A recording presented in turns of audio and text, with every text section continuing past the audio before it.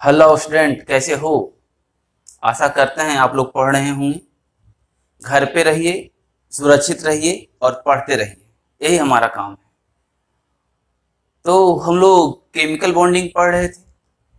Chemical bonding में हम लोगों ने कोवैलेंट बॉन्ड शुरू किया था।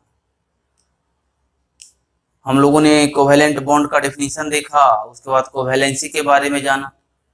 पिछले क्लास में हम लोग पढ़े थे कि थर्ड पीरियड से ऊपर का एलिमेंट अपना ऑक्टेट एक्सपेंड कर सकता है क्योंकि उसके पास वैकेंट ऑर्बिटल होते हैं। लेकिन सेकेंड पीरियड का एलिमेंट मैक्सिमम 4 बॉन्ड बना सकता है क्योंकि उसके पास वैकेंट ऑर्बिटल एक्साइट होके आगे जाने के लिए नहीं होता है। जैसे देखो, इसको ध्यान से समझो। सेकेंड पीरियड एलिमेंट की बात करें, सेकेंड पीरियड एलिमेंट की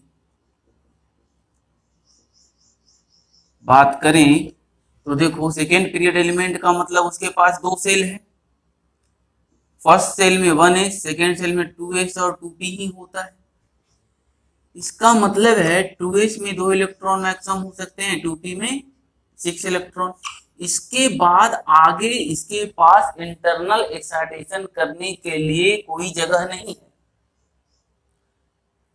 जबकि हम लोग थर्ड पीरियड और आगे का एलिमेंट में हम लोग देख रहे थे कि सेल में आगे भी सबसेल होता था, ऑर्बिटल होता था जिसमें एक्साइट करके इलेक्ट्रॉन जा सकता था, इसलिए वो अपना ऑक्टेट एक्सपेंड कर सकता है। लेकिन सेकेंड पीरियड का एलिमेंट अपना ऑक्टेट एक्सपेंड नहीं कर सकता है क्योंकि इसके पास इधर ऑर्बिटल नहीं है जहां पर वो इलेक्ट्रॉन को एक्साइट करके भेज सके। जो भी एक्साइटेशन होगा इन्हीं दोनों में होगा, आगे तो हो नहीं सकता। इसलिए मैक्सिमम 4 इलेक्ट्रॉन अनपेयर्ड हो सकते हैं और मैक्सिमम वो 4 बॉन्ड बना सकता है। तो जैसे देखो, PCl5 is possible while NCl5 is not. Why? सोचो क्या होगा। PCl5 पॉसिबल है लेकिन NCl5 पॉसिबल नहीं है। इसका जवाब क्या होगा? तुम गौर से देखो तो फास्फोरस थर्ड पीरियड का एलिमेंट है। थर्ड पीरियड का एलिमेंट है। इसका मतलब इसके पास 3 सेल है। आउटर मोस्ट सेल का इलेक्ट्रॉन पार्टिसिपेट करता है बॉन्डिंग में, तो इसके पास 3s है, 3p है और 3d है। और इसका कॉन्फ़िगरेशन अगर हम करें तो 1s2, 2s2, 2p6, 3s2, 3p3। Outer most shell यहाँ है। आउटर मोस्ट सेल में 3d पूरा का पूरा खाली पड़ा हुआ है। इसके कारण जब 5 क्लोरीन इसके तरफ अप्रोच करेगा, 2 3 4 5 क्लोरीन इसके तरफ अप्रोच करेगा तो इसका इलेक्ट्रॉन एक्साइटेड होगा और एक्साइटेड होके इसके पास वैकेंट ऑर्बिटल है 3d, वहां पे चला जाएगा। इसके पास वैकेंट ऑर्बिटल है, इसके कारण ये अपना ऑक्टेट एक्सपेंड कर सकता है। लेकिन सेकेंड पीरियड के एलिमेंट में आगे इसके पास वैकेंट ऑर्बिटल नहीं है, तो जो भी होगा 2s2p में होगा, तो मैक्सिमम वो 4 बॉन्ड ही बना सकता है। हम लोगों ने पिछले क्लास में भी इसका बात किया था। तो इसका जवाब होगा phosphorus can expand their octet while nitrogen can't expand their octet, so PCl5 is possible but NCl5 is not possible. लिख लो क्या होगा इसका answer. Phosphorus can expand their octet because of availability of vacant 3d orbital while nitrogen can't expand their octet। Nitrogen अपना octet expand नहीं कर सकता है, नाइट्रोजन अपना ऑक्टेट एक्सपेंड नहीं कर सकता है, इसलिए वो मैक्सिमम 4 बॉन्ड बना सकता है, 5 बॉन्ड नहीं बनाएगा, इसलिए NCl पॉसिबल नहीं है, PCl5 पॉसिबल है। समझ गया होगा बात को, तो लिखो।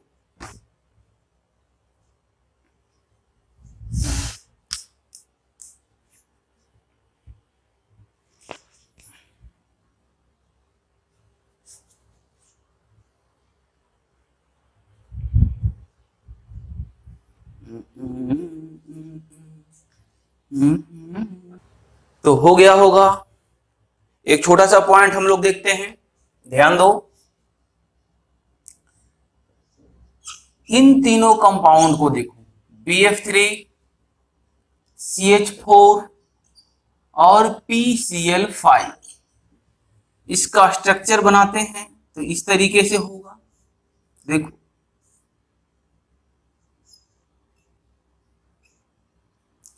BF3 में बोरोन के पास शेयर्ड इलेक्ट्रॉन 6 हैं, 2 2 4 2 6। CH4 में कार्बन के पास शेयर्ड इलेक्ट्रॉन की संख्या 8 है, और PCl5 में फास्फोरस के पास शेयर्ड इलेक्ट्रॉन की संख्या 10 है। मुझे लगता है 8 काउंट करने में तुम लोग अब कैपेबल हो गया होगा। यहाँ 8 है, तो वैसा एलिमेंट जिसमें 8 से कम इलेक्ट्रॉन हो उसे हम लोग हाइपोवैलेंट कंपाउंड कहते हैं। हाइपोवैलेंट, हाइपो का मतलब ही कम होता है, हाइपोवैलेंट कंपाउंड। तो BF3 हाइपोवैलेंट कंपाउंड है क्योंकि इसके पास 8 से कम इलेक्ट्रॉन है, तो हाइपोवैलेंट कंपाउंड हो गया स्मॉलर देन 8 इलेक्ट्रॉन। वैसा कंपाउंड जिसके पास 8 इलेक्ट्रॉन है, देख रहे हो कार्बन के आउटर मोस्ट शेल में 8 इलेक्ट्रॉन शेयर्ड है, तो 8 इलेक्ट्रॉन है, उसे हम लोग आइसोवैलेंट कंपाउंड कहते हैं। आइसोवैलेंट, आइसोवैलेंट का मतलब हो गया जिसके पास 8 इलेक्ट्रॉन हो। और वैसा कंपाउंड जिसके पास 8 इलेक्ट्रॉन से ज्यादा हो उसे हम लोग हाइपरवैलेंट कहते हैं। हाइपर का मतलब ही ज्यादा होता है, जैसे तुम लोग बहुत बार बात करते हो यार हाइपरटेंशन में, तो वैसा कंपाउंड जिसके पास 8 इलेक्ट्रॉन से ज्यादा हो उसे हम लोग हाइपरवैलेंट कंपाउंड कहते हैं। हाइपरवैलेंट का मतलब हो गया 8 इलेक्ट्रॉन से ज्यादा उसके आउटर मोस्ट शेल में आफ्टर द शेयरिंग है। आफ्टर द शेयरिंग की बात कर रहे हैं। CH4 में आफ्टर द शेयरिंग 8 इलेक्ट्रॉन है, BF3 में आफ्टर द शेयरिंग 6 इलेक्ट्रॉन। तो 8 इलेक्ट्रॉन से कम वाले को हाइपोवैलेंट, 8 इलेक्ट्रॉन जिसके पास पूरा पूरा हो उसे आइसोवैलेंट, और जिसके पास 8 इलेक्ट्रॉन से ज्यादा हो उसे हम लोग हाइपरवैलेंट कंपाउंड कहते हैं। इसे हम लोग इलेक्ट्रॉन डिफिशिएंट कंपाउंड भी कहते हैं। इलेक्ट्रॉन डिफिशिएंट, इलेक्ट्रॉन डिफिशिएंट, देख रहे हो इसके पास 8 इलेक्ट्रॉन से कम है इसके ऑक्टेट में, इसलिए इसे हम लोग इलेक्ट्रॉन डिफिशिएंट भी कह सकते हैं और इसे इलेक्ट्रॉन एक्सेस भी कह सकते हैं। तो ये सब टर्म ध्यान में रखना, आगे आएगा तो तुम्हें समझना पड़ेगा हाइपोवैलेंट क्या है, आइसोवैलेंट क्या है, हाइपरवैलेंट क्या है, या फिर इलेक्ट्रॉन डिफिशिएंट क्या है। ये दोनों तो बात समझ में आ गई होगी। अब हम लोग बात करेंगे, अच्छा पहले इसको लिख लो। अब हम लोग बात करते हैं कोऑर्डिनेट बॉन्ड का, कोऑर्डिनेट कोवैलेंट बॉन्ड, या फिर सीधे बोलें कोऑर्डिनेट बॉन्ड। तो हेडिंग दिया जाए कोऑर्डिनेट बॉन्ड, कोऑर्डिनेट बॉन्ड, या तो फिर इसे हम लोग कोऑर्डिनेट कोवैलेंट बॉन्ड कहते हैं। हम लोग पिछले क्लास में भी इसकी चर्चा किए थे। तो डेफिनेशन लिखो, bond formed by unequal sharing of electron, unequal sharing of electron is called coordinate bond. हम लोग सामान्य तौर पे इसे कोऑर्डिनेट बॉन्ड कहते हैं, लेकिन ये कोऑर्डिनेट कोवेलेंट बॉन्ड इसका पूरा नाम है, कोऑर्डिनेट बॉन्ड।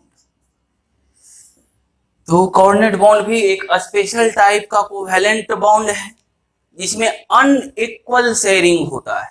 अनइक्वल शेयरिंग कहने का मतलब ए हो गया और बी हो गया। ए के पास इलेक्ट्रॉन पेयर है और बी के पास वैकेंट ऑर्बिटल है, और ए अपने इलेक्ट्रॉन को बी को भी यूज करने के लिए दे रहा है। इसे हम लोग अनइक्वल शेयरिंग कहते हैं। सामान्य तौर पे जो शेयरिंग होती है वो दोनों तरफ से इलेक्ट्रॉन आता है, दोनों तरफ से इलेक्ट्रॉन आता है और शेयरिंग होती है। तो इसमें भी 2 इलेक्ट्रॉन का शेयरिंग हो रहा है, इसमें भी 2 इलेक्ट्रॉन का शेयरिंग हो रहा है। इक्वल शेयरिंग में दोनों तरफ से इलेक्ट्रॉन आ रहा है, लेकिन अनइक्वल शेयरिंग में एक ही साइड से इलेक्ट्रॉन आ रहा है। तो इसे अलग अलग करने के लिए हम लोग इसे एरो से डिनोट करते हैं, क्योंकि 2 इलेक्ट्रॉन का शेयरिंग यहाँ भी है, 2 इलेक्ट्रॉन का शेयरिंग यहाँ भी है। एक जैसा कर देंगे तो पता नहीं चलेगा कहाँ इक्वल शेयरिंग होगा कहाँ अनइक्वल शेयरिंग होगा। इसलिए जब अनइक्वल शेयरिंग हो तो हम लोग उस बॉन्ड को एरो से डिनोट करते हैं, और एरो का हेड एक्सेप्टर की तरफ होता है और एरो का टेल डोनर की तरफ होता है। तो ए को हम लोग डोनर एटम कह सकते हैं, डोनर एटम, और बी को हम लोग एक्सेप्टर एटम कह सकते हैं। अच्छा, एक बात का ध्यान देना, इस बात में कंफ्यूजन मत रखना कि यहाँ पे पूरा का पूरा 2 इलेक्ट्रॉन इसे दे दिया गया। यहाँ पे ट्रांसफर नहीं हो रहा है, ऐसा नहीं है ना कि ये पूरा दोनों इलेक्ट्रॉन इसको ट्रांसफर कर दिया। ट्रांसफर का मतलब होता है पूरा इलेक्ट्रॉन उसे दे देना, अपने यूज में नहीं रखना। लेकिन यहाँ पर ए इलेक्ट्रॉन बी के साथ शेयर कर रहा है इलेक्ट्रॉन पेयर का, मतलब ये अपने भी यूज कर रहा है और बी भी इसको यूज कर रहा है। तो ए को हम लोग बोलेंगे डोनर एटम, बी को बोलेंगे एक्सेप्टर एटम। अब डोनर एटम के लिए कंडीशन होना चाहिए कि मस्ट हैविंग लोन पेयर, अरे lone pair, must having loan pair या इलेक्ट्रॉन पेयर। इलेक्ट्रॉन पेयर थोड़ा सा समझो, इलेक्ट्रॉन पेयर का मतलब हुआ lone pair and bond, loan pair और बॉन्ड पेयर दोनों। लेकिन सामान्यतः ट्रांसफर लोन पेयर का ही होता है, बॉन्ड पेयर का भी ट्रांसफर कहीं कहीं होता है। पाई बॉन्ड अपना इलेक्ट्रॉन डोनेट करता है, तो 95% से ज्यादा केस में ट्रांसफर लोन पेयर का होता है, इसलिए हम सामान्य तौर पे लोन पेयर ही कह देते हैं। लेकिन पाई इलेक्ट्रॉन का भी कहीं कहीं ट्रांसफर होता है। इसका मतलब है या तो लोन पेयर भी ट्रांसफर हो सकता है, बॉन्ड पेयर भी, इसीलिए हम बार बार इलेक्ट्रॉन पेयर लिख रहे हैं। लेकिन सामान्य तौर पे तुम्हारे स्टैंडर्ड में तुम लोग लोन पेयर ही समझो। तो मस्ट हैविंग इलेक्ट्रॉन पेयर यानी लोन पेयर या तो फिर बॉन्ड पेयर। अरे इसके पास रहेगा तभी तो शेयर कर पाएगा, तो इसके पास ए के पास लोन पेयर होना जरूरी है। और दूसरा कंडीशन है must having complete octet. Complete octet, अपना घर भरा हो तभी तुम दूसरे की मदद करते हो। अपना घर भरा हो तभी दूसरे की मदद करते हो। अगर अपना घर नहीं भरा हुआ है और दूसरे की मदद कर रहे हो तो तुम मूर्ख की श्रेणी में आते हो। तो यहां पर जब तक ए का ऑक्टेट कंप्लीट नहीं होगा वो बी को मदद नहीं कर पाएगा। तो इसके लिए कंडीशन होना पड़ेगा डोनर एटम का मस्ट हैविंग इलेक्ट्रॉन पेयर या and must having complete octet. A का ऑक्टेट भी कंप्लीट होना चाहिए। और एक्सेप्टर के लिए क्या चीज का जरूरत है? एक्सेप्टर के पास मस्ट हैविंग वैकेंट ऑर्बिटल, जहां वो इलेक्ट्रॉन को रिसीव कर सके।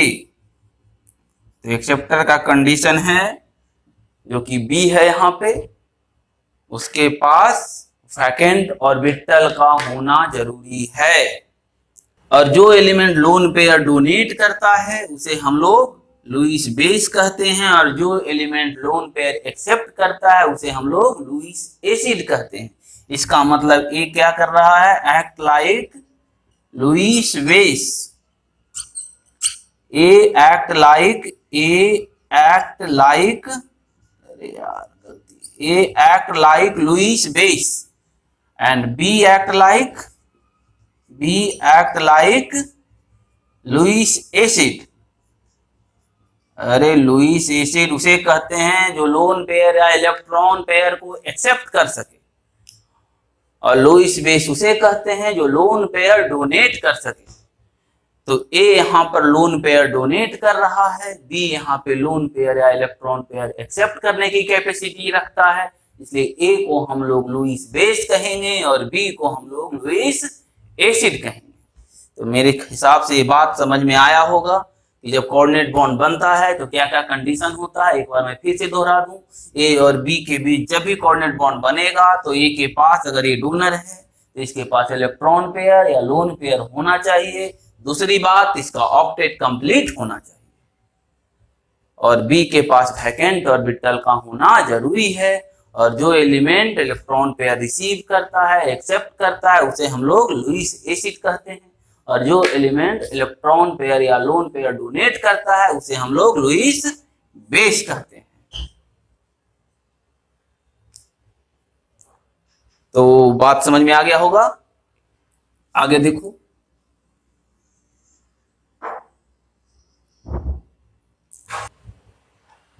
अब हम लोग थोड़ा चर्चा लुईस एसिड और लुईस बेस का कर लें।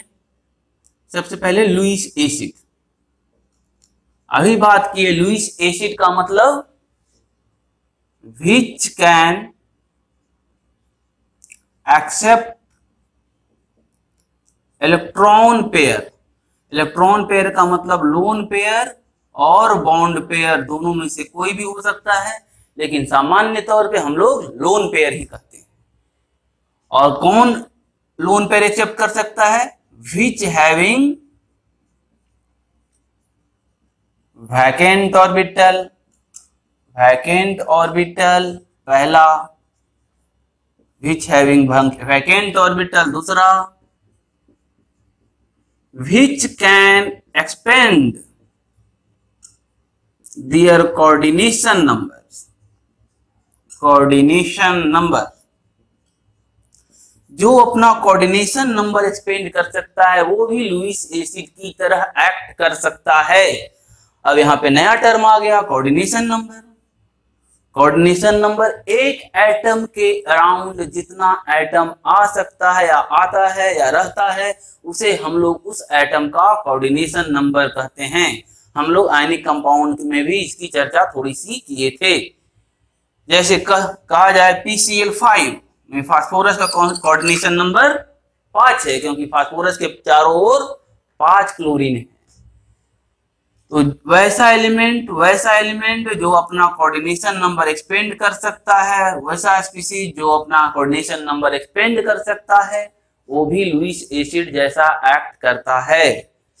आगे हम इसकी चर्चा करेंगे। मोस्ट ऑफ द केस में हम लोग इसकी चर्चा करते हैं, लेकिन हम लोग ये भी देखेंगे कि अगर कोऑर्डिनेशन नंबर एक्सपेंड होता है तो वो लुईस एसिड के जैसा एक्ट करता है, लुईस एसिड के जैसा वर्क करता है। तो लुईस एसिड के लिए क्या कंडीशन हो गया, लुईस एसिड किसे कहते हैं, which can accept electron pair. Electron pair कौन एक्सेप्ट कर सकता है, विच हैविंग वैकेंट ऑर्बिटल, या तो सम केसेस में which can expand their coordination number. लिख लो।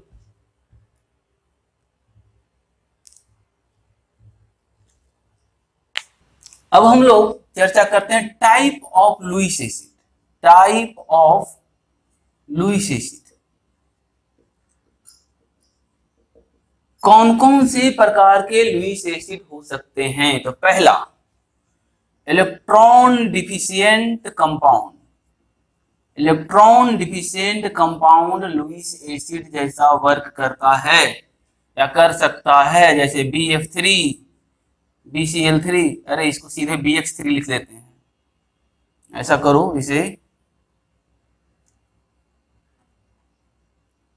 BX3 लिख लो, जहां X बराबर fluorine, chlorine, bromine, iodine, Me, ये सब हो सकता है।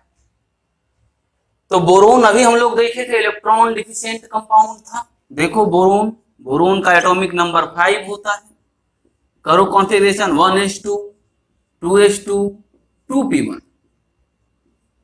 नेचुरल स्टेट में इसका इलेक्ट्रॉनिक कॉन्फ़िगरेशन अगर हम लोग करें तो इसके पास एक अनपेयर्ड इलेक्ट्रॉन, लेकिन अगर एक्साइटेड स्टेट 1 की बात करें हम तो इसके पास 3 अनपेयर्ड इलेक्ट्रॉन हो जाएगा।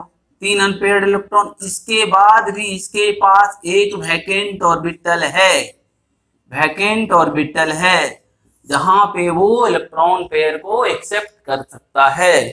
तो BX3 इलेक्ट्रॉन डिफिशिएंट कंपाउंड है। इलेक्ट्रॉन डिफिशिएंट कंपाउंड में देखो यहाँ पे वैकेंट ऑर्बिटल है जहां पे इलेक्ट्रॉन को एक्सेप्ट कर सकता है, इसलिए BX3 यानी BF3, BCl3, BBr3, BI3 सब लुईस एसिड जैसा एक्ट कर सकता है, लुईस एसिड होता है। जैसे देखो, एक इसके पास 6 इलेक्ट्रॉन था आउटर मोस्ट शेल में।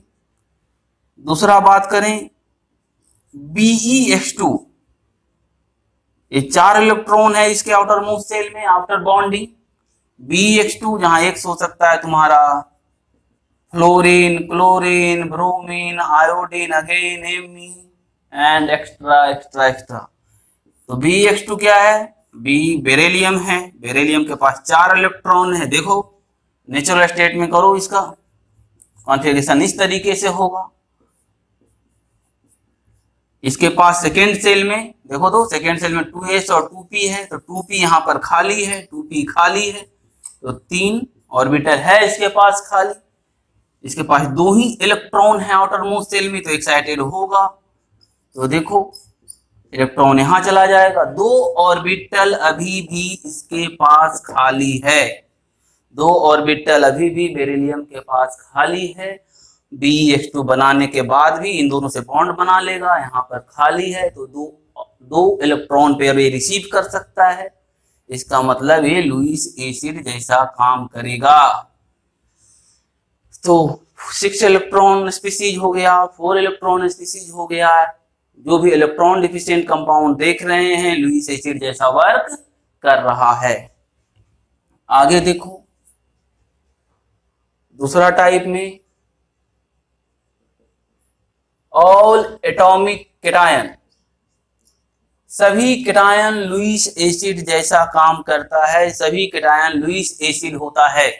अरे केटायन है तो उसके पास तो ऐसे ही इलेक्ट्रॉन की डिफिशियंसी है, तो वो इलेक्ट्रॉन रिसीव तो कर ही सकता है।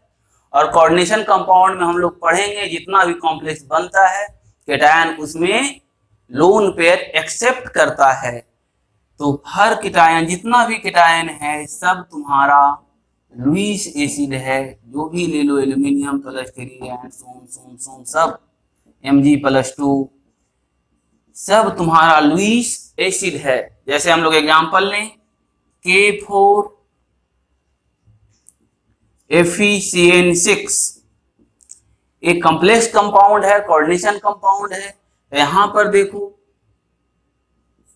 Fe+2 स्टेट में, अगर तुम लोग ऑक्सीडेशन नंबर जानते हो तो Cn के पास -1 चार्ज होता है, K के पास +1 और Fe यहाँ पे +2 स्टेट में। देखो 6 है तो -6, इसको अगर x मानो तो -6 + x + 4 = 0। यही ऑक्सीडेशन नंबर ऐसे ही निकालते हैं हम लोग। तो x बराबर हो गया 2, यानी Fe+2 स्टेट में, +2 स्टेट में है। और सभी साइनाइड आयन इसको अपना लोन पेयर डोनेट कर रहा है, क्योंकि इसके पास वैकेंट ऑर्बिटल है, क्योंकि इसके पास वैकेंट ऑर्बिटल है।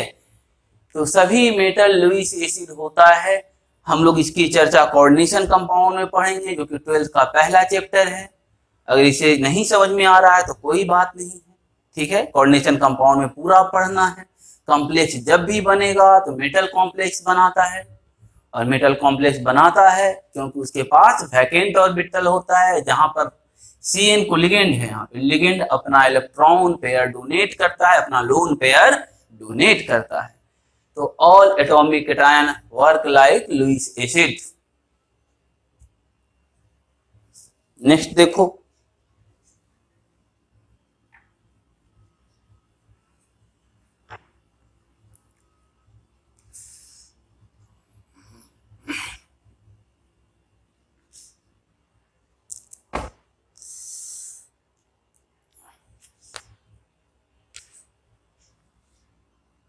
Next which can expand their octet, वैसा एलिमेंट जो अपना ऑक्टेट एक्सपेंड कर सकता है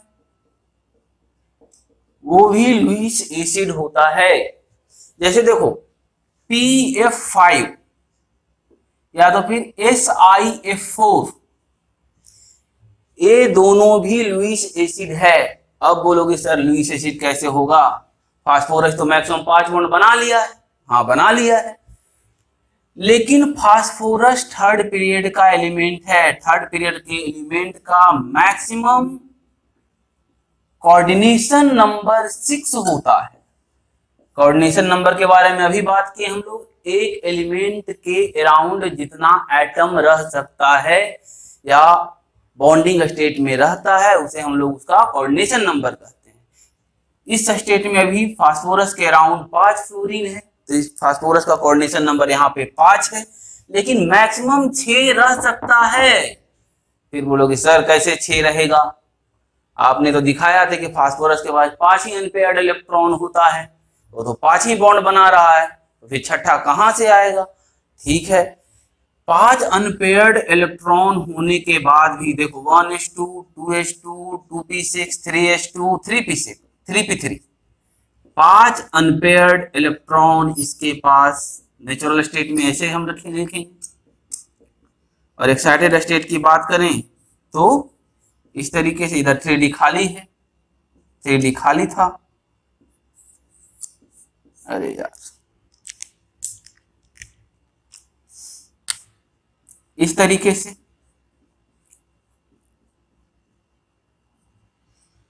अभी भी देखो 5 अनपेयर्ड इलेक्ट्रॉन होने के बाद भी इसके पास वैकेंट ऑर्बिटल है, वैकेंट ऑर्बिटल है। ये एक एटम के साथ और कोऑर्डिनेट कर सकता है, एक एटम का इलेक्ट्रॉन पेयर रिसीव कर सकता है अगर रिपल्सन अलाउ करे तो।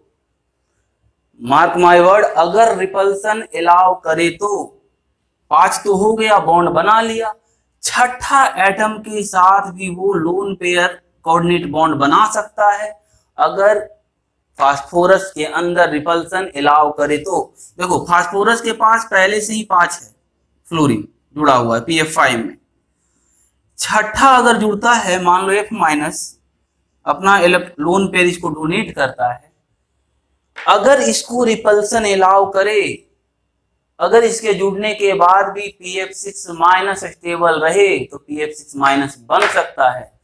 क्योंकि फ्लोरीन छोटा छोटा एटम है, क्योंकि फ्लोरीन का साइज बहुत छोटा होता है, इसलिए फास्फोरस छठा फ्लोरीन अपने में ऐड कर लेता है। तो 1-2 एक्सेप्शन है, जनरली फास्फोरस मैक्सिमम 5 बॉन्ड ही बनाता है, लेकिन PF5 और प्लस F माइनस करके PF6 माइनस भी बना सकता है, और PCl5 प्लस Cl माइनस जोड़ के PCl6 माइनस भी बना सकता है, क्योंकि थर्ड पीरियड के एलिमेंट का मैक्सिमम कोऑर्डिनेशन नंबर 6 हो सकता है। और अगर उसका रिपल्सन अलाउ करे, अगर स्टेरिक हिंड्रेंस अलाउ करे, तो वो छठा एटम जुड़ सकता है, क्योंकि उसके पास वैकेंट ऑर्बिटल अभी भी है आफ्टर एक्साइटेशन। तो ये 2 ही केस होता है जहां पे फास्फोरस 6 बॉन्ड बना सकता है। क्योंकि अगर इसका हम इसका ब्रोमीन के साथ अगर हम बनाने चले, मान लो PBr5 प्लस Br माइनस करें, तो ब्रोमीन ऑलरेडी बहुत बड़ा बड़ा है, बहुत बड़ा बड़ा पहले से ही है, समझो बात को। तो बहुत बड़ा बड़ा पहले से ही है, तो पहले से ही इसमें बहुत ज्यादा रिपल्सन है। एक और जोड़ेंगे तो रिपल्सन इतना बढ़ जाता है कि ब्रोमीन के साथ वो एग्जिस्ट नहीं कर पाता है, लेकिन फ्लोरीन और क्लोरीन के साथ फास्फोरस एग्जिस्ट कर लेता है। इसलिए ये दो केस है जहां पे फास्फोरस 6 बॉन्ड बना सकता है, और ऐसा इसलिए करता है क्योंकि इसके पास अभी भी एक्साइटेशन के बाद ही वैकेंट ऑर्बिटल खाली था, और वैकेंट ऑर्बिटल खाली था तो स्टेरिक हिंड्रेंस अगर अलाउ करेगा, स्टेरिक हिंड्रेंस का मतलब रिपल्सन, मॉलिक्यूल के बीच का रिपल्सन अगर अलाउ करेगा, अगर उस केस में वो स्टेबल हो सकता है, तो थर्ड पीरियड का एलिमेंट छठा बॉन्ड भी बना सकता, छठा एलिमेंट भी जोड़ सकता है। बॉन्ड का मतलब छठा एलिमेंट भी जोड़ सकता है। थर्ड पीरियड का एलिमेंट का मैक्सिमम कोऑर्डिनेशन नंबर 6 हो सकता है अगर स्टेरिक हिंड्रेंस अलाउ करे तो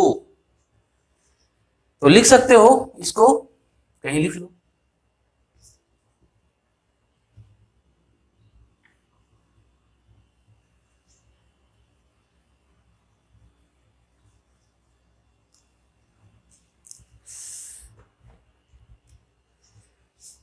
लिख लो third period element maximum coordination. ध्यान देना, कोऑर्डिनेशन नंबर और कोवैलेंसी दो अलग अलग चीज है।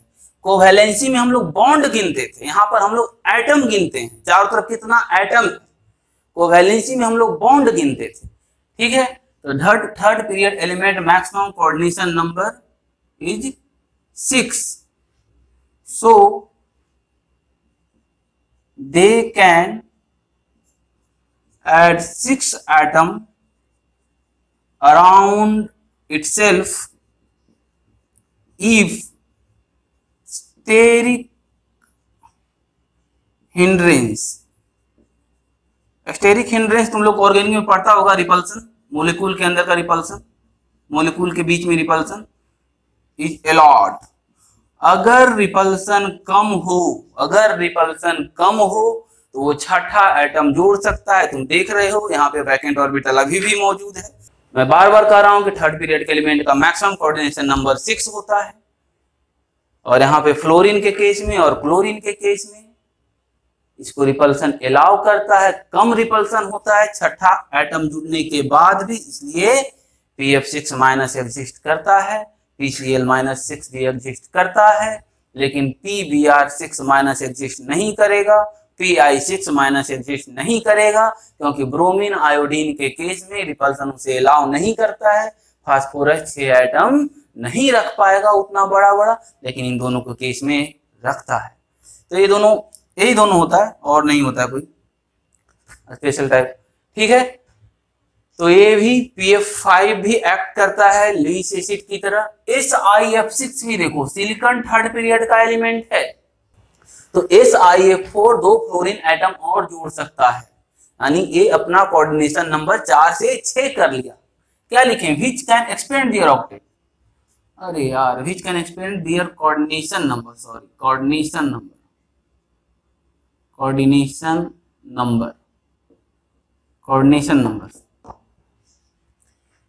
which can expand their coordination number।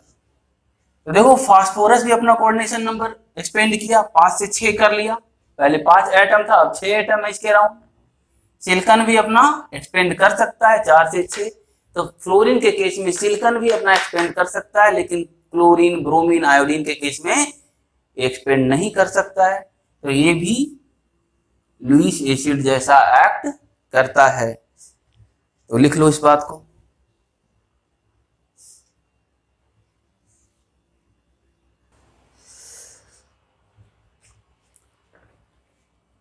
अब नेक्स्ट की बात करते हैं, चौथा 6 इलेक्ट्रॉन स्पीशीज। यहाँ पे 6 इलेक्ट्रॉन स्पीशीज से हमारा मतलब है, हमारा सेंस है वैसा स्पीशीज, वैसा एलिमेंट जिसके वैलेंस शेल में 6 इलेक्ट्रॉन, 6 इलेक्ट्रॉन। और हम सामान्यतः यहाँ पर ऑक्सीजन की बात कर रहे हैं। तो ऑक्सीजन को देखो तो ऑक्सीजन का एटॉमिक नंबर 8 है। कॉन्फ़िगरेशन करो 1s2 2s2 2p4। इसके पास वैकेंट ऑर्बिटल नहीं है। नेचुरल स्टेट का कॉन्फ़िगरेशन इस तरीके का है इसका। तो इसके पास तो वैकेंट ऑर्बिटल है ही नहीं, तो फिर कैसे लुईस एसिड जैसा काम करेगा। तो जब भी ये लुईस एसिड जैसा काम करता है उस केस में ये इलेक्ट्रॉन यहाँ पर आ जाता है और इसका कॉन्फ़िगरेशन कुछ इस तरीके से हो जाता है। अब इसके पास वैकेंट ऑर्बिटल है, यहाँ पर एक इलेक्ट्रॉन पेयर या लोन पेयर रिसीव कर सकता है, एक्सेप्ट कर सकता है। तो देखो इसे भी हम लोग एक्साइटेशन ही कहते हैं, एक्साइटेशन। हर वो कॉन्फ़िगरेशन जो नेचुरल कॉन्फ़िगरेशन से अलग हो, जहां पर Hund's rule, poly exclusion principle और अबाउ प्रिंसिपल ब्रेक हुआ हो, वो स्टेट एक्साइटेशन स्टेट होता है। तो यहां पर भी हम ऑक्सीजन का एक्साइटेशन ही किए हैं। जैसे ही स्टेबल स्टेट से दूसरा कॉन्फ़िगरेशन में आया, इसकी एनर्जी बढ़ गई।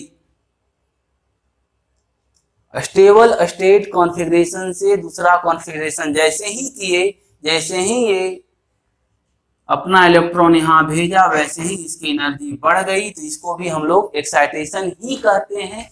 तो जब भी लुईस एसिड जैसा वर्क करता है तो ऑक्सीजन अपना एक इलेक्ट्रॉन इसमें डाल देता है और एक वैकेंट ऑर्बिटल, एक ऑर्बिटल को खाली कर देता है जहां पर वो इलेक्ट्रॉन पेयर को ले सकता है। तो ऑक्सीजन इस तरीके से लुईस एसिड का काम करता है। तो बात समझ में आ गई, लुईस एसिड क्या क्या हो सकता है। इलेक्ट्रॉन डिफिशिएंट कंपाउंड, वैसा कंपाउंड जो कि अपना कोऑर्डिनेशन नंबर एक्सपेंड कर सकता है। 6 इलेक्ट्रॉन स्पीशीज, जिसमें हम लोग सामान्यतः ऑक्सीजन की बात करते हैं, और ऑल एटॉमिक केटायन सब लुईस एसिड है। अब हम लोग बात कर रहे हैं लुईस बेस का। Lewis base which can donate electron pair. Electron pair से बार बार हम कर रहे हैं, इलेक्ट्रॉन पेयर का मतलब लोन पेयर और बॉन्ड पेयर दोनों में से कुछ भी डोनेशन होता है। जैसे इलेक्ट्रॉन पेयर का डोनेशन, लोन पेयर का डोनेशन आसान होता है क्योंकि लोन पेयर एक ही न्यूक्लियस के इफेक्ट में होता है।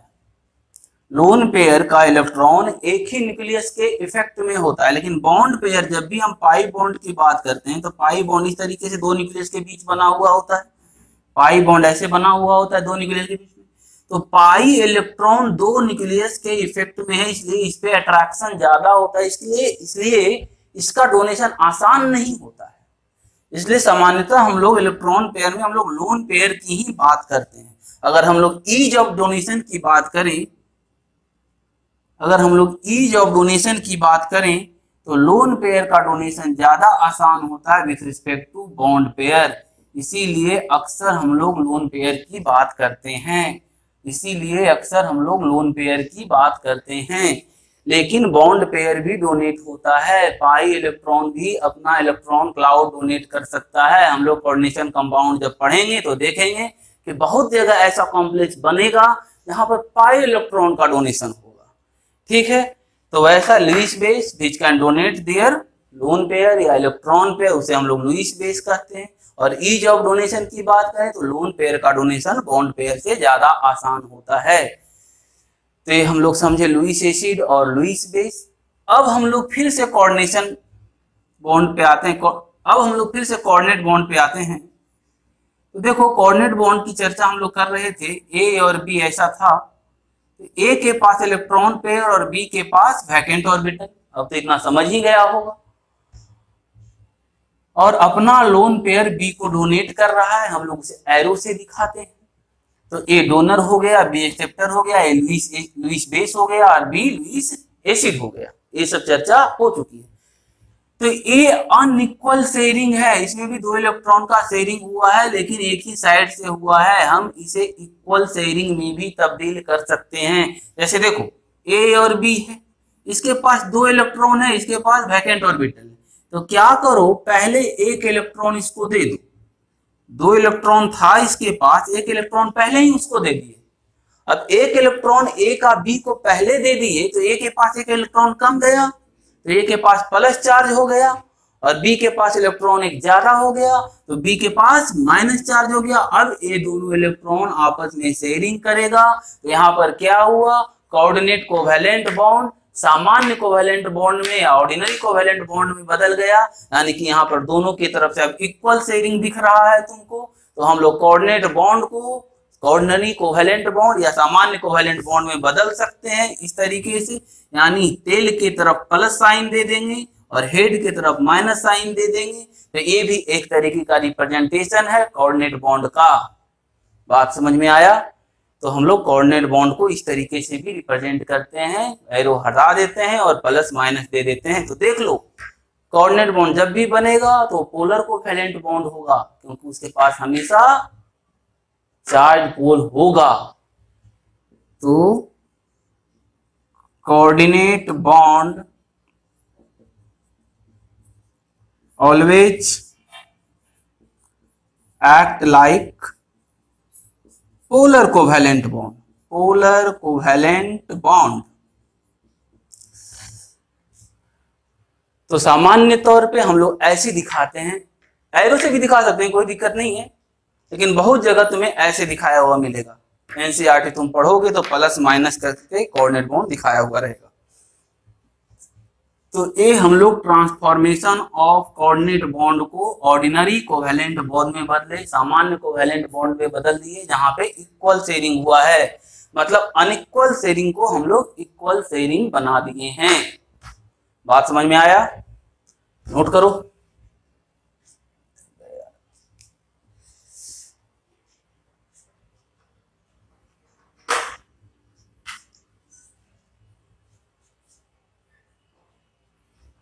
हो गया होगा।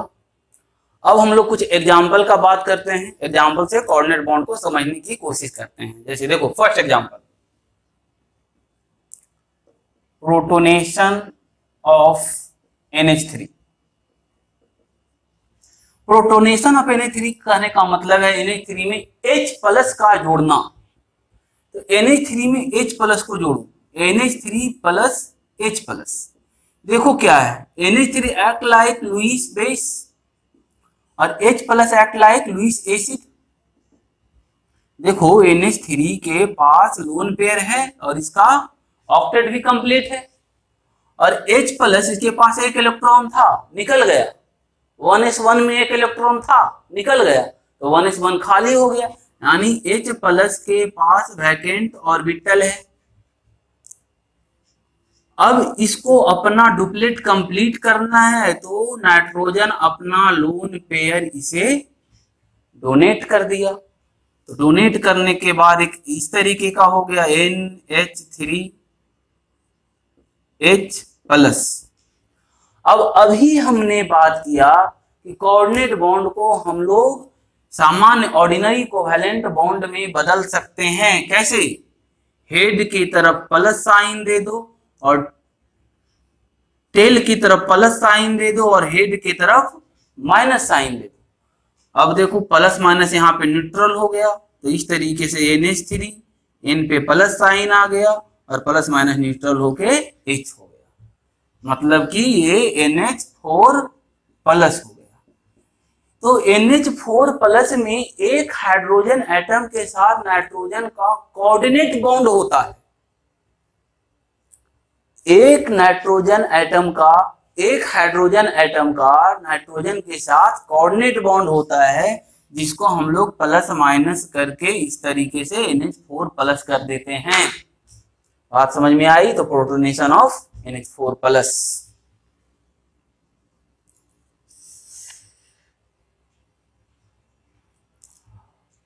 दूसरा देखो,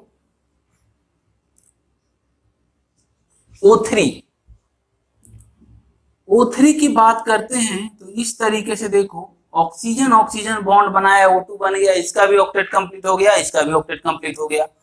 अब इस ऑक्सीजन के पास लोन पेयर है, दोनों में से एक बॉन्ड इसे और बनाना है। ऑक्सीजन चूंकि अपना ऑक्टेट एक्सपेंड नहीं कर सकता है, तो 8 इलेक्ट्रॉन से ज्यादा अपने आउटर मोस्ट शेल में वो रख नहीं सकता है। तो यहाँ पर देखो, इस ऑक्सीजन के साथ, ऑक्सीजन के पास अभी हमने बोला कि ये ऑक्सीजन का आउटर मोस्ट शेल का कॉन्फ़िगरेशन इस तरीके का है, लेकिन जब ये कोऑर्डिनेट बॉन्ड बनाएगा, इस तरीके का है, जब ये कोऑर्डिनेट बॉन्ड बनाएगा तो एक इलेक्ट्रॉन उठ के यहाँ चला आएगा और इसके पास वैकेंट ऑर्बिटल हो जाएगा, वैकेंट ऑर्बिटल। तो इस केस में ए लोन पेयर इसके वैकेंट ऑर्बिटल में डोनेट कर देता है।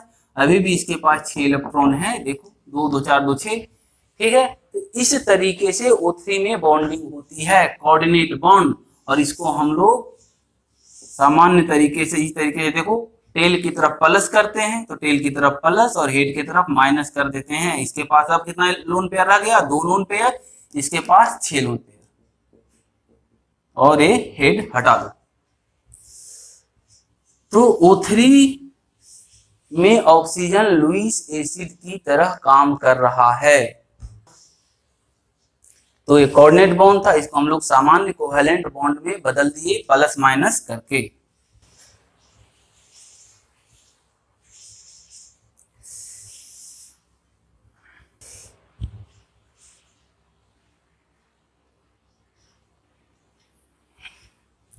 थर्ड एग्जांपल देखो, BF3 plus F minus, BF3 F F F, अभी भी इसके पास एक वैकेंट ऑर्बिटल है और F माइनस के पास पूरा 8 इलेक्ट्रॉन है। दिखाए थे बोरोन के पास वैकेंट ऑर्बिटल होता है, कोऑर्डिनेट कर दिया, कोऑर्डिनेट कर दिया तो इस तरीके से हो जाएगा F F F, और एक कोऑर्डिनेट बॉन्ड इधर से F माइनस। अब अभी हमने बात किया टेल की तरफ प्लस और हेड की तरफ माइनस दे देंगे और इसे इस तरीके से बदल देंगे F F F, यहाँ पे बोरोन पे माइनस आ गया और F प्लस माइनस न्यूट्रल हो गया, तो BF4 माइनस। तो BF4 माइनस में भी कोऑर्डिनेट बॉन्ड है। चौथा, अभी हम लोगों ने बात किया PF5 plus F minus, PF6 exist करता है, PF6 माइनस एग्जिस्ट करता है, PCl5 plus Cl minus, PCl6 minus भी एग्जिस्ट करता है। और एग्जाम्पल बचा क्या,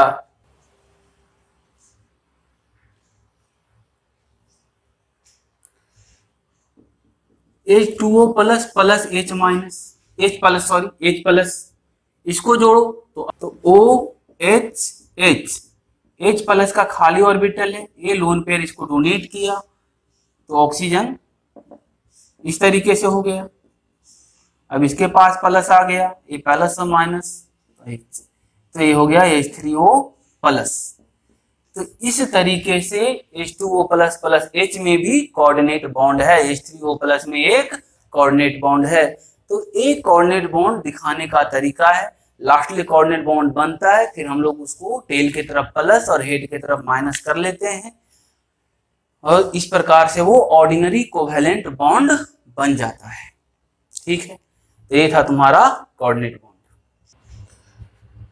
चलो एक बात और करते हैं। अच्छा, SO3 को देखो जरा, SO3 को देखो, SO3 में इस तरीके का देखो, सल्फर एक बॉन्ड बना लिया। आप सल्फर का भी अगर ऑक्टेट पूरा करना चाहें तो सल्फर का भी ऑक्टेट पूरा है, ऑक्सीजन का भी ऑक्टेट पूरा है। सल्फर के पास अभी 2 लोन पेयर है, ऑक्सीजन अपना एक ऑर्बिटल वैकेंट कर सकता है। तो क्या इसको हम कोऑर्डिनेट बॉन्ड दे सकते हैं इस तरीके से, यानी कि कुल मिला के SO3 का स्ट्रक्चर इस तरीके से बना सकते हैं क्या? क्या ये सही स्ट्रक्चर है? नहीं, सल्फर अपना ऑक्टेट एक्सपेंड कर सकता है, यानी सल्फर मैक्सिमम 6 बॉन्ड बना सकता है। जब सल्फर 6 बॉन्ड बना सकता है तो हम इसे कोऑर्डिनेट बॉन्ड क्यों बनाएंगे, हम सीधे इसका डबल बॉन्ड बना देंगे। सल्फर जब अपना ऑक्टेट कंप्लीट कर सकता है तो हमें कोऑर्डिनेट बॉन्ड देने की क्या जरूरत है? हम लोगों ने देखा ऑक्सीजन, नाइट्रोजन, जहां भी कोऑर्डिनेट बॉन्ड बन रहा था वहां पे वो अपना ऑक्टेट एक्सपेंड नहीं कर सकता था, तो हम लोग इस तरीके से कोऑर्डिनेट करते थे और प्लस माइनस कर देते थे। लेकिन यहाँ सल्फर मैक्सिमम 6 बॉन्ड बना सकता है। और ये भी तो सोचो, कोऑर्डिनेट बॉन्ड भी सिग्मा बॉन्ड होता है। अगर 6 बॉन्ड बना सकता है तो 6 बॉन्ड बनाना प्रेफर करेगा, क्योंकि डबल बॉन्ड ज्यादा स्ट्रॉन्ग है सिग्मा बॉन्ड से, क्योंकि डबल बॉन्ड में सिग्मा और पाई दोनों, तो इसको नहीं प्रेफर करेगा, इसको प्रेफर करेगा। और एक्सपेरिमेंटली भी देखा गया कि SO3 का तीनों बॉन्ड का स्ट्रेंथ एक जैसा है। तो चूंकि सल्फर 6 बॉन्ड बना सकता है तो कोऑर्डिनेट बॉन्ड वाला स्ट्रक्चर गलत है, ए वाला स्ट्रक्चर इसका सही है। जहां भी अगर SO3 का स्ट्रक्चर दे तो इस तरीके से ऑक्टेट पूरा हुआ है। यहाँ पर तो ऑक्टेट पूरा है, देखो ये दोनों इलेक्ट्रॉन ऑक्सीजन यूज कर रहा है, ये दोनों इलेक्ट्रॉन ऑक्सीजन यूज कर रहा है, तो ऑक्सीजन का भी ऑक्टेट पूरा हो गया, सल्फर का भी। तो ऑक्टेट पूरा करवाना हमारा मकसद नहीं था, हमारा मकसद था unpaired electron must get paired. और जहां पर अपना ऑक्टेट एक्सपेंड कर सकता है एलिमेंट, जो कि थर्ड पीरियड या थर्ड पीरियड से ज्यादा वाला एलिमेंट होता है, वहां पे अगर इस तरीके का कोऑर्डिनेट बॉन्ड के बजाय डबल बॉन्ड हम दे सकते हैं तो फिर हम लोग डबल बॉन्ड देंगे। यहाँ सल्फर को अपने आउटर मोस्ट सेल में 12 इलेक्ट्रॉन रखने में कोई दिक्कत नहीं है। सल्फर को अपने आउटर मोस्ट सेल में 12 इलेक्ट्रॉन रखने में कोई दिक्कत नहीं है। सल्फर अपना ऑक्टेट एक्सपेंड कर सकता है, इसलिए ऑक्टेट पूरा करने पे हम लोग ध्यान नहीं देंगे। जहां पे एलिमेंट ऑक्टेट एक्सपेंड पूरा कर सकता है वहां पे कोऑर्डिनेट बॉन्ड के बजाय हम लोग डबल बॉन्ड देंगे। जैसे SO2 की बात करूं, SO2 देखो, SO2 में अगर हम ऑक्टेट पूरा करवाने पे ध्यान दें तो देखो इस तरीके से इसको कोऑर्डिनेट करवा दिए तो ऑक्सीजन के पास ही 8 इलेक्ट्रॉन हो गया और सल्फर के पास भी 2 2 4 और 4 8 इलेक्ट्रॉन हो गया। लेकिन ऑक्टेट पूरा करवाने पे हम लोग ध्यान नहीं देंगे। सल्फर तो मैक्सिमम 6 बॉन्ड बना सकता है, तो सल्फर को 4 बॉन्ड बनाने में क्या दिक्कत है? सल्फर अपने आउटर मोस्ट सेल में 8 इलेक्ट्रॉन से ज्यादा रख सकता है आउटर बॉन्ड। तो ये 4 दूना 8, यहाँ पे 4 इलेक्ट्रॉन यहाँ पे और 2 10 इलेक्ट्रॉन एक्सपेंड कर सकता है, तो वो रख सकता है। यहाँ पे कोऑर्डिनेट बॉन्ड देने की कोई जरूरत नहीं थी। तो ये SO2 का सही स्ट्रक्चर है, ये नहीं। तो बात समझ में आ गया होगा। तो ये हमारा था कोऑर्डिनेट बॉन्ड। अगले क्लास में हम लोग पढ़ेंगे स्ट्रक्चर बनाना सीखेंगे। तो थैंक यू, नेक्स्ट क्लास में मिलते हैं।